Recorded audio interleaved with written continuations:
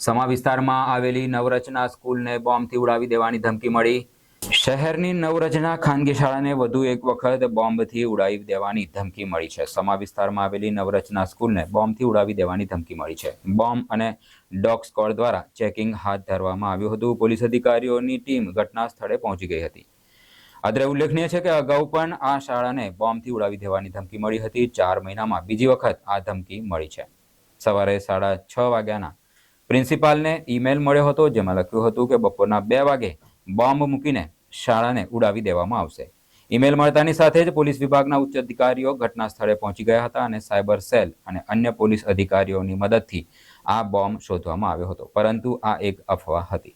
સમા વિસ્તારમાં આવેલ નવરચના સ્કૂલ છે, જેને સવારે 6:50 એક ઈમેલ મળેલો હતો, જે ઈમેલમાં દર્શાવેલું હતું કે બોમ્બ મૂકવામાં આવેલો છે સ્કૂલમાં અને બપોરે 2 વાગ્યા સુધીમાં એ બોમ્બ ફાટી જશે।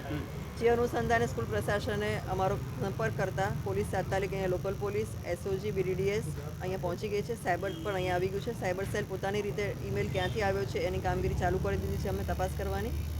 સ્કૂલને આ મેસેજ મળતા એના અનુસંધાને સ્કૂલના બાળકો જે છે જે ભણે છે એ લોકોને બધાને રજા આપી દેવામાં આવેલી છે અને તમામ બાળકો પોતાના ઘરે સુરક્ષિત પહોંચી ગયા છે।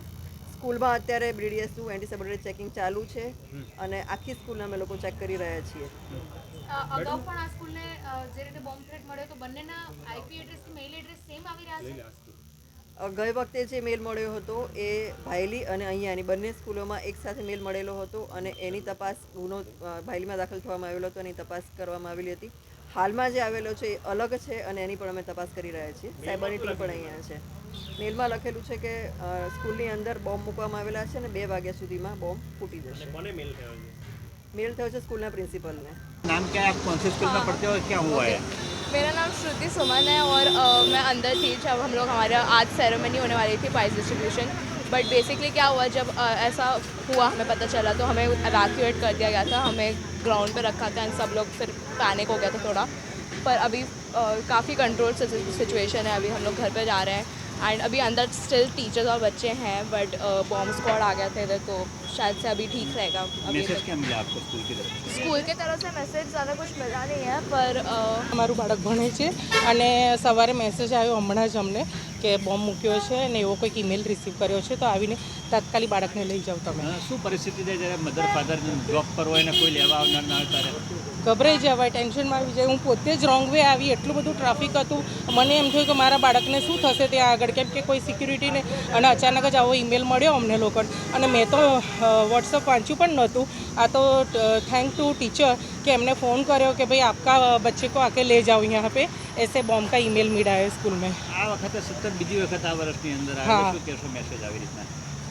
બહુ એટલે ખરાબ કહેવાય કે છોકરાઓ માટે આવી રીતે ખબર નહીં કોણ ઈમેલ કરે છે અને બહુ ટેન્શનવાળી વાત કહેવાય અમારા પેરેન્ટ્સ માટે, કેમ કે દરેકના પેરેન્ટ્સ જોબ કરતા હોય, મમ્મી પપ્પાઓ, અને એ લોકો એકદમ ભાગવાનું અચાનક જોબ છોડીને કે દૂર રહેતા હોય। આજે હું પણ આજવા રોડથી આવી રહી છું, મને એટલું બધું ટ્રાફિક નડ્યું ને હું એટલા ટ્રાફિકમાંથી ભાગીને મારા બાળકને લેવા માટે આવી, પણ ઇટ્સ વેરી ટેરિફિક। એટલે બાળકો માટે ખબર નહીં આ સ્કૂલની અંદર કોણ આવી રીતે ઈમેલ કરે છે। ગઈ વખતે પણ આવી રીતે ઈમેલ આવ્યો હતો અને અત્યારે પણ આ જ ઈમેલ આવ્યો હતો બોમ્બનો। પૂરક પરીક્ષાઓ ચાલી રહી છે ત્યારે અનેક જો આવી રીતે બીજી સ્કૂલોમાં થયું હોય તો શું પરિસ્થિતિ સર્જાય?